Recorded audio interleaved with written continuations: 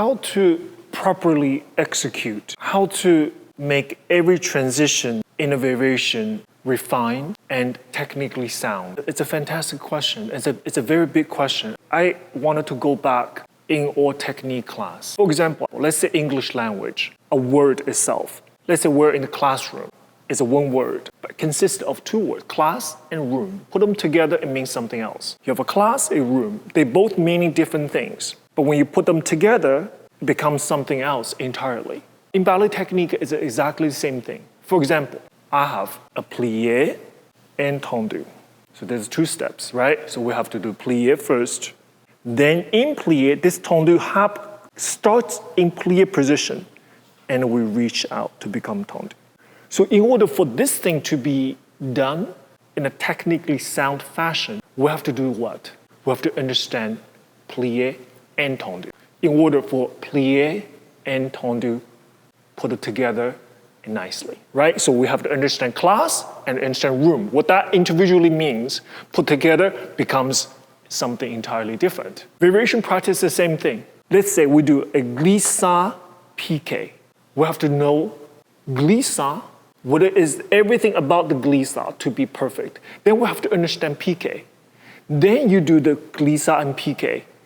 You are not going to be, your mind and your body will not mix things together. Your body will not do piqué glissade, right?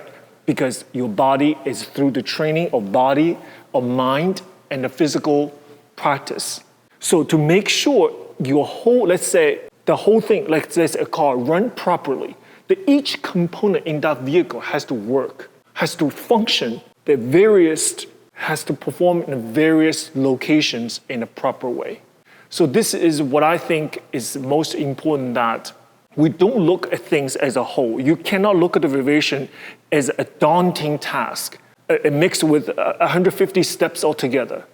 So what we need to do, just like a practice in the ballet class, we have to polish each individual steps until its best form. It works properly by itself. Then we put all that together, it becomes a variation, it becomes a solo. So all nervousness, all anxiety often comes from where? Is when we do one thing, not sure about the next.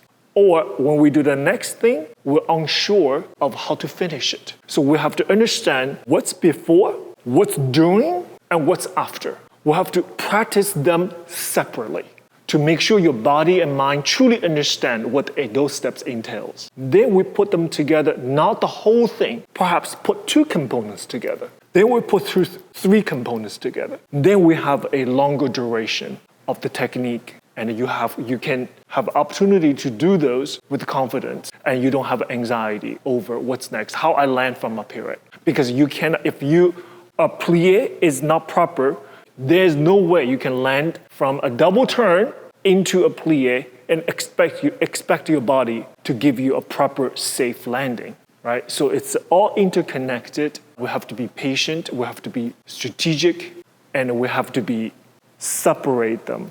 Have the patience and separate all the elements together. Then we can put them together into a whole performance. I hope this helps.